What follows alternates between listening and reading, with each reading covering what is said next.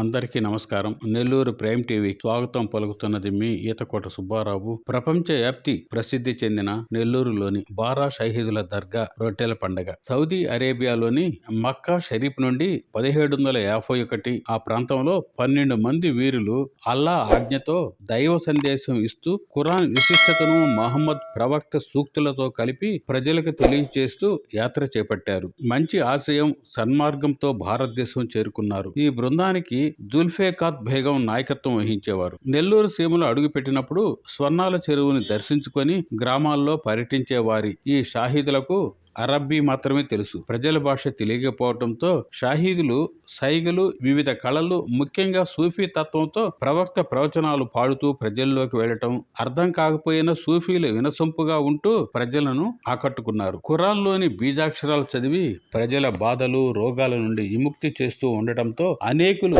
వారితో కలిసిపోయి ప్రచారం చేసేవారు. బీర్జాపూర్ సుల్తానులు, తమిళనాడు వాలాజా నవాబులు మధ్య ఉన్న వైరాలు, కొడవలూరు ప్రాంతంలో వాలాజా నవాబులను బీర్జాపూర్ సుల్తానులు తుదముట్టించారు. ఇక లొంగిపోతున్న సమయంలో కమాండర్ జుల్ఫికార్ బేగం ధైర్యం చెప్పి యుద్ధానికి సిద్ధం చేశారు. దైవదూతలు వాలాజీ నవాబులకు రక్షా కవచంగా నిలబడటంతో బీర్జాపూర్ సుల్తానులు తీవ్రంగా యుద్ధంలో నష్టపోయింది. జుల్ఫికార్ బేగం ఉన్నంత వరకు ఏమీ చేయలేమని బీర్జాపూర్ పన్నాగం రచించారు. ఒకరోజు వాలాజీ నవాబులు రాత్రిపూట భోజనాలు చేసి ఆదమర్చి నిద్రపోయారు. ఏకోజామున నవాజ్ సమయంలో షాహీదులు ఒక చోట సద్దా చేస్తూ భూమిపై తలలు వంచగానే ఆ అర్ధరాత్రి నిద్ర సమయంలో చుట్టూ ఉన్న చెట్లపై దాగి ఉన్న వారు పాశవికంగా తలలను నరికారు. జుల్ఫికార్ బేగం వారిని రక్షించాలని చివరి వరకు పోరాడిన ఆమె శరీరాన్ని కూడా తూట్లు పొడిచారు. చెట్లపై ఉన్న సైనికులు నూనెతో నింపిన తోలు సంచులను గుడారులపైకి విసిరి నిప్పు పెట్టారు.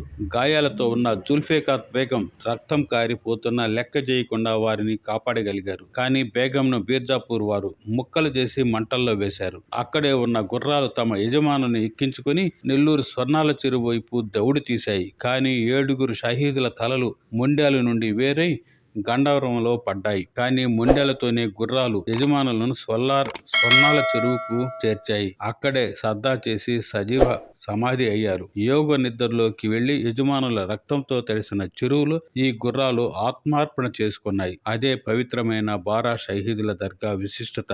అప్పట్లో కర్ణాటకలో హైదర్ అలీ, నెల్లూరులో నవాబుల పాలన ఉండటంతో ఇక్కడ ఈ మసీదు నిర్మించి దీనికి ఒక విశిష్టతను కూడా చేకూర్చారని మనకి తెలుస్తూ ఉంది. అందరికీ నమస్తే. నెల్లూరు ప్రైమ్ టీవీని ఆదరించండి, ప్రోత్సహించండి, సబ్స్క్రైబ్ చేయండి, కామెంట్ చేయండి, ముందుకు నడిపించండి. సదా మీ ఈతకోట సుబ్బారావు.